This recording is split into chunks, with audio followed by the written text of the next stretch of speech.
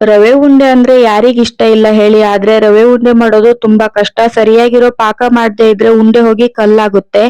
ನಾನೊಂದ್ ಒಡೆದ್ ತೋರಿಸ್ತೀನಿ ನೋಡಿ, ಎಷ್ಟ್ ಸುಲಭವಾಗಿ ಒಡೆಯುತ್ತೆ, ಎಷ್ಟ್ ಚೆನ್ನಾಗಿದ್ದಾವೆ. ಹಾಗಾದ್ರೆ ಈ ರವೆ ಉಂಡೆ ಮಾಡೋದು ಹೇಗೆ ಅಂತ ನೋಡೋಣ. ಮೊದ್ಲು ಒಂದ್ ಪಾತ್ರೆ ತಗೊಂಡು ಅದಕ್ಕಾದ್ಮೇಲೆ 250 ಗ್ರಾಮ್ ಡಾಲ್ಡಾ ಹಾಕಿ, ಡಾಲ್ಡಾ ಪೂರ್ತಿಯಾಗಿ ಕರಗಿದ್ಮೇಲೆ ಅದಕ್ಕೆ 1 kg ರವೆ ಹಾಕಿ. ರವೆ ಹಾಕೋದ್ಕಿಂತ ಮೊದ್ಲು ಸ್ಟವ್ ಲೋ ಫ್ಲೇಮ್ ಅಲ್ಲಿ ಇರ್ಲಿ. ರವೆ ಉಂಡೆ ಮಾಡೋಕೆ ಯಾವಾಗ್ಲೂ ಚಿಕ್ಕ ಒಲೆನೆ ಬಳಸ್ಬೇಕು, ಅದು ಕೂಡ ಲೋ ಫ್ಲೇಮ್ ಅಲ್ಲೇ ಇರ್ಬೇಕು. ಈ ರೀತಿ ರವೆ ಮತ್ತು ಡಾಲ್ಡಾ ಎರಡು ಸರಿಯಾಗಿ ಮಿಕ್ಸ್ ಆಗ್ಬೇಕು. ತಳ ಹಿಡಿದೇ ಇರೋ ರೀತಿ ಹುರಿಬೇಕು. ರವೆನ ಹೀಗೆ ಕೈ ಬಿಡದೆ ಹುರಿತಾ ಇರ್ಬೇಕು. ರವೆನ 5 ನಿಮಿಷ ಹುರಿದಾದ್ಮೇಲೆ ಘಮ ಬರೋದಿಕ್ ಸ್ಟಾರ್ಟ್ ಆಗುತ್ತೆ, ಅವಾಗ ಸ್ಟವ್ ನ ಆಫ್ ಮಾಡ್ಬೇಕು. ಇವಾಗ ರವೆ ಎಲ್ಲ ಸರಿಯಾಗಿ ಹುರಿದಾಗಿದೆ, ಸರಿಯಾಗಿ ಮಿಕ್ಸ್ ಆಗಿದೆ, ಒಳ್ಳೆ ಘಮ ಬರ್ತಾ ಇದೆ. ಇವಾಗ ಇದಾಗಿದೆ, ಇದನ್ನ ತೆಗೆದು ಪಕ್ಕಕ್ಕಿಡೋಣ. ರವೆನ ಹುರಿದಾದ್ಮೇಲೆ ಪಾತ್ರೆನ ಪಕ್ಕಕ್ಕಿಟ್ಟು ಬೇರೆ ಒಂದು ದಪ್ಪ ತಳದ ಪಾತ್ರೆ ತಗೋಬೇಕು. ಪಾತ್ರೆ ಅಗಲವಾಗಿರ್ಬೇಕು. ಪಾತ್ರೆ ತಳ ತೆಳು ಇದ್ರೆ ರವೆ ಬೇಗ ತಳ ಹಿಡಿದ್ ಬಿಡುತ್ತೆ. ಇವಾಗ ಈ ಪಾತ್ರೆಗೆ 2 ಟೀ ಗ್ಲಾಸ್ ನೀರ್ ಹಾಕೋಬೇಕು. 1 kg ರವೆಗೆ ಸರಿಯಾಗಿ 1 kg ಸಕ್ಕರೆನೆ ಸೇರಿಸ್ಕೊಳ್ಬೇಕು. ಜಾಸ್ತಿ ಆದ್ರೆ ಪಾಕ ತೆಳುವಾಗಿ ಉಂಡೆ ತುಂಬಾ ತೆಳು ಆಗುತ್ತವೆ. ಸಕ್ಕರೆ ಕಡಿಮೆ ಆದ್ರೆ ಪಾಕ ಗಟ್ಟಿಯಾಗಿ ಉಂಡೆ ಕಟ್ಟೋಕ್ ಬರಲ್ಲ. ಈಗ ಸ್ಟವ್ ಉರಿನ ಜಾಸ್ತಿ ಮಾಡ್ಕೋಬಹುದು. ಸಕ್ಕರೆ ಪೂರ್ತಿಯಾಗಿ ಕರಗ್ಬೇಕು. ಮಧ್ಯೆ ಸ್ವಲ್ಪ ನೀರ್ ಬೇಕು ಅನ್ಸಿದ್ರೆ 1 ಟೀ ಗ್ಲಾಸ್ ಸೇರ್ಸ್ಕೋಬಹುದು. ನೀರ್ ಜಾಸ್ತಿ ಸೇರಿಸ್ಕೊಂಡ್ರೆ ಪಾಕ ಬರೋದು ಲೇಟ್ ಆಗುತ್ತೆ. ಈ ರೀತಿ ಸಕ್ಕರೆ ಎಲ್ಲ ಪೂರ್ತಿಯಾಗಿ ಕರಗಿ ನೊರೆ ಬರೋದಿಕ್ ಸ್ಟಾರ್ಟ್ ಆಗುತ್ತೆ. ನೊರೆ ಬರೋದಿಕ್ ಸ್ಟಾರ್ಟ್ ಆದಾಗ ಒಂದ್ ತಟ್ಟೆಯಲ್ಲಿ ನೀರ್ ತಗೊಂಡು ಸಕ್ಕರೆನ ಅದ್ರಲ್ಲಿ ಬಿಟ್ಟು ನೋಡ್ಬೇಕು, ಸಕ್ಕರೆ ಕರಗುತ್ತಾ ಇಲ್ವಾ ಅಂತ. ಸಕ್ಕರೆ ಹಾಗೆ ತಳದಲ್ಲಿ ನಿತ್ಕೋಬೇಕು, ಉಂಡೆ ಆಗ್ಬಾರ್ದು. ಸಕ್ಕರೆ ನೀರಲ್ಲೇನೆ ಉಂಡೆ ಆದ್ರೆ ಉಂಡೆ ತುಂಬಾ ಗಟ್ಟಿ ಆಗ್ತವೆ, ಉಂಡೆ ಕಟ್ಟೋದಿಕ್ ಬರಲ್ಲ, ತಿನ್ನೋದಿಕ್ಕೂ ತುಂಬಾ ಗಟ್ಟಿಯಾಗಿರ್ತವೆ.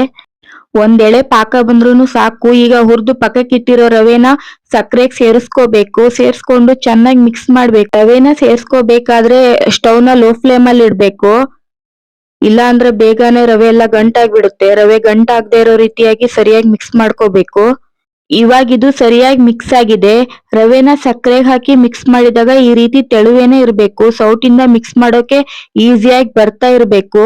ಸೌಟಿಂದ ಮಿಕ್ಸ್ ಮಾಡಕ್ ಬರ್ತಾ ಇಲ್ಲ, ಗಟ್ಟಿಯಾಗಿ ಆಗಿದೆ ಅಂದ್ರೆ ಉಂಡೆ ಕಟ್ಟುವಾಗ ಇನ್ನೂ ಗಟ್ಟಿಯಾಗಿ ಆಗುತ್ತೆ. ಈ ರೀತಿ ತೆಳುವೇನೆ ಇದೆ ಅಂದ್ರೆ ಉಂಡೆ ಹದ ಸರಿಯಾಗಿದೆ ಅಂತ ಅರ್ಥ. ಇಷ್ಟೊಂದ್ ತೆಳುವ ಇದೆ, ಉಂಡೆ ಕಟ್ಟೋದಿಕ್ ಬರೋದಿಲ್ಲ ಅಂತ ಹೆದರ್ಕೋಬೇಡಿ. ಅದು ಪ್ಲೇಟಿಗೆ ಸರ್ವ್ ಮಾಡಿ ಆದ್ಮೇಲೆ ಬೇಗನೆ ಗಟ್ಟಿ ಆಗುತ್ತೆ. ಈ ರೀತಿ ಇದ್ರೇನೆ ಸರಿಯಾಗಿರೋ ಹದ ಇದೆ ಅಂತ ಅರ್ಥ. ಮುಚ್ಚಳ ಮುಚ್ಚಿ ಬೇಯಿಸಬಾರ್ದು, ಮುಚ್ಚದೇನೆ ಬೇಯಿಸ್ಬೇಕು. ಮುಚ್ಚಳ ಮುಚ್ಚಿ ಬೇಯಿಸಿದ್ರೆ ನೀರ್ ಒಡೆಯುತ್ತೆ, ಉಂಡೆ ಸರಿಯಾಗಿ ಆಗಲ್ಲ.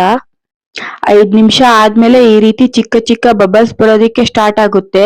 ಇವಾಗ ಇದನ್ನ ಒಂದು ದಪ್ಪ ತಳದ ಬಟ್ಟಲಿಗೆ ಹಾಕೋಬೇಕು. ನಾವಿಲ್ಲಿ ಮರದ ಮರಿಗೆಗೆ ಹಾಕೊಂಡಿದೀವಿ. ಮರದ ಮರಿಗೆ ಇದ್ರೆ ಮರಿಗೆಗೆ ಹಾಕೊಳ್ಳಿ. ಮರಿಗೆ ದಪ್ಪ ಇರೋದ್ರಿಂದ ಕೈ ಸುಡಲ್ಲ. ಪ್ಲೇಟ್ ಆದ್ರೆ ಸಕ್ಕರೆ ಪಾಕದ ಬಿಸಿಗೆ ಪ್ಲೇಟ್ ಬೇಗ ಬಿಸಿ ಆಗುತ್ತೆ. ಮರಿಗೆ ಇಲ್ಲ ಅಂದ್ರೆ ದಪ್ಪ ತಳ ಇರೋ ಅಗಲವಾಗಿರೋ ಪ್ಲೇಟ್ ತಗೊಂಡು ಪ್ಲೇಟ್ಗೆ ಹಾಕೊಳ್ಳಿ. ಕಂಚಿನ ಪ್ಲೇಟ್ ಇದ್ರೆ ಕಂಚಿನ ಪ್ಲೇಟ್ಗಾದ್ರೂ ಹಾಕೊಳ್ಳಿ, ಆದ್ರೆ ಹುಷಾರಾಗಿರ್ಬೇಕು, ಸಕ್ಕರೆ ಪಾಕ ತುಂಬಾನೇ ಬಿಸಿ ಇರುತ್ತೆ. ಫಸ್ಟ್ ಟೈಮ್ ಮಾಡುವಾಗ ಸ್ವಲ್ಪ ಸ್ವಲ್ಪ ಕ್ವಾಂಟಿಟಿ ತಗೊಂಡ್ರೇನೆ ಒಳ್ಳೇದು. ಅರ್ಧ kg 1/4 kg ಹೀಗ್ ತಗೊಳ್ಳಿ. ಅರ್ಧ kg ರವೆ ತಗೊಂಡ್ರೆ ಅರ್ಧ kg ಸಕ್ಕರೆನೆ ತಗೋಬೇಕು.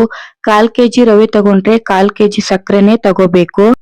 ನೀವು ಬೇಕಾದ್ರೆ ರವೆನ ಹುರಿಯುವಾಗ್ಲೇನೆ ಡ್ರೈ ಫ್ರೂಟ್ಸ್ ನ ಸೇರ್ಸ್ಕೋಬಹುದು. ನಾವಿಲ್ಲಿ ಒಂದೊಂದು ರವೆ ಉಂಡೆ ಮಾಡುವಾಗ್ಲೂ ಒಂದೊಂದು ದ್ರಾಕ್ಷಿ ಗೋಡಂಬಿ ತಗೊಂಡು ಕಟ್ತಾ ಇದೀವಿ, ಎಲ್ಲ ಉಂಡಿಲೂ ಸಿಗ್ಲಿ ಅಂತ. ಈ ರೀತಿ ರವೆ ಉಂಡೆ ಮಿಶ್ರಣನ ಸ್ವಲ್ಪ ಸ್ವಲ್ಪನೇ ಕೆದರ್ಕೊಂಡು ಕಟ್ಬೇಕು. ಎಲ್ಲಾನು ಕೆದರ್ಕೊಂಡ್ರೆ ಬೇಗನೆ ಗಟ್ಟಿಯಾಗುತ್ತೆ. ನಾವಿಲ್ಲಿ ತುಪ್ಪ ಮತ್ತೆ ಒಣ ಕೊಬ್ಬರಿ ಎರಡನ್ನೂ ಬಳಸಿಲ್ಲ. ತುಪ್ಪ ಮತ್ತೆ ಒಣ ಕೊಬ್ಬರಿ ಬೇಗನೆ ಗುನುಗು ಸ್ಮೆಲ್ ಬರುತ್ತೆ. ತುಂಬಾ ದಿನ ಇಡೋದಾದ್ರೆ ತುಪ್ಪನ ಅವಾಯ್ಡ್ ಮಾಡಿ. ತುಪ್ಪ ಮತ್ತೆ ಒಣ ಕೊಬ್ಬರಿ ಎರಡು ಬಳಸಿ ರವೆ ಉಂಡೆ ಮಾಡೋದು ನಾನು ಇನ್ನೊಂದು ವಿಡಿಯೋದಲ್ಲಿ ತೋರಿಸ್ತೀನಿ. ಇವಾಗ ಎಲ್ಲ ಉಂಡೆನೂ ಕಟ್ಟಿ ಆಗಿದೆ. ಪೂರ್ತಿ ಉಂಡೆ ಕಟ್ಟಿ ಮುಗಿಯೋವರೆಗೂ ಹದ ಸ್ವಲ್ಪ ಕೂಡ ಗಟ್ಟಿ ಆಗ್ಲಿಲ್ಲ. ನೋಡ್ತಿರ್ಬೋದು ಎಷ್ಟು ಚೆನ್ನಾಗಿ ಉಂಡೆ ಕಟ್ಟೋದಿಕ್ ಬರ್ತಾ ಇದ್ದಾವೆ ಅಂತ. ಈ ರೀತಿ ರವೆ ಉಂಡೆ ಮಾಡಿದ್ರೆ ಯಾರ್ ಬೇಕಿದ್ರು ಈಸಿಯಾಗಿ ಉಂಡೆ ಮಾಡ್ಕೋಬಹುದು.